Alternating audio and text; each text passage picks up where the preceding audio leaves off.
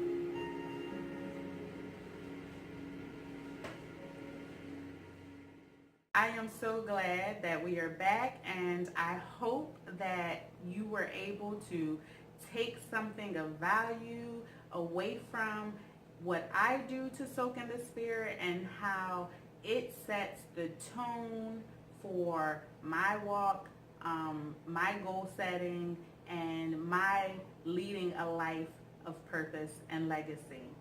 I would ask that as you soak in the Spirit, you would begin to talk to God, to ask Him, how would He like you to walk with Him in 2018? How would He like you to walk in your goals with purpose and legacy in 2018? For example, 2 years ago, we asked God, what is it that He wanted us to do and to be, and how we could focus more on Him. And He told us to be more intentional. And that was the theme of our life and how we governed ourselves. We were more intentional. Now, we weren't as consistent as we would like to have been, but God then said that we needed to be more intentional even in 2017. So that word pressed in on us even more in 2017.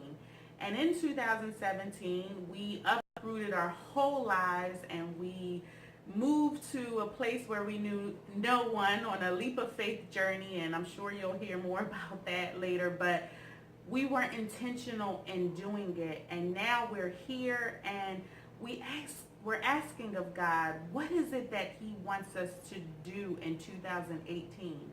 And as this series is pouring out in 30 days of December, which would kick off your 2018, God told me in this content that our 2018 we needed to be more consistent. And so the theme of our 2018 is consistency.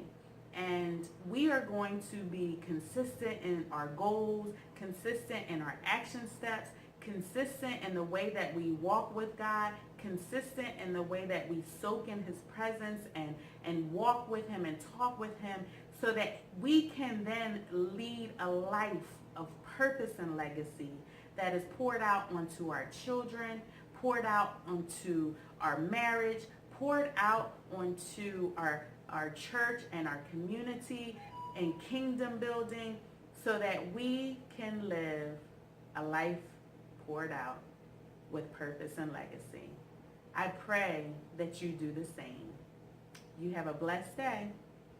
God bless.